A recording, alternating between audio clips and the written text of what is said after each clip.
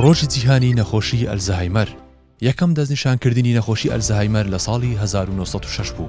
نەخۆشی ئەلزایمەر نەخۆشێکی پێشکەوتووی مێشکە، هێواش توانای بیرەوەری و بیرکردنەوە لە ناو دەبات.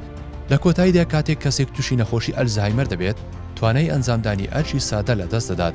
نەخۆشی ئەلزایمەر باوترین هۆکاری نەخۆشی بیرچوونەوەیە.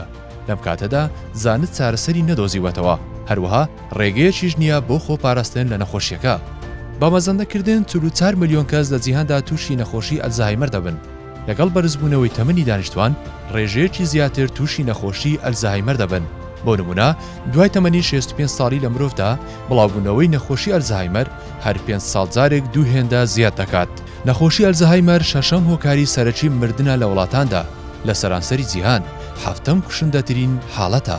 سەرەڕای ئەوەش ئەم حاڵەتە زیاتر لە هەموو نەخۆشێکی تر دەبێتە هۆی کەم ئەندامی و خراپی تەندروستی. دوای دەستنیشانکردنی ئەم حاڵەتە لە کەسێکدا تەمەنی پێشبینی کراوی لە 4 تاوەکو 8 ساڵی مەزەندە دەکرێت. نەکەر ئەو کەسەی تووشی نەخۆشی ئەلزایمەر بووە، بەڵکو چاودێران و ئەندامانی خێزانەکانیان کاتێشی سەخت بەسەر دەبن. زۆر جار چاودێران تووشی کێشەی سۆزداری و داراییش دەبنەوە، هەروەها تەندروستی جەستەی ئەوانیش دادەبەزێت.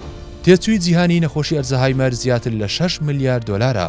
پێشبینی دەکرێت تا ساڵی 2050 تەنها لە ئەمریکا زیاتر لە 1 تریلیۆن دۆلاری تێچووی ئەم نەخۆشیە بێت.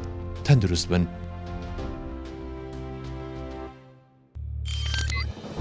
میهرەبانی، دڵسۆزی و لێزانی.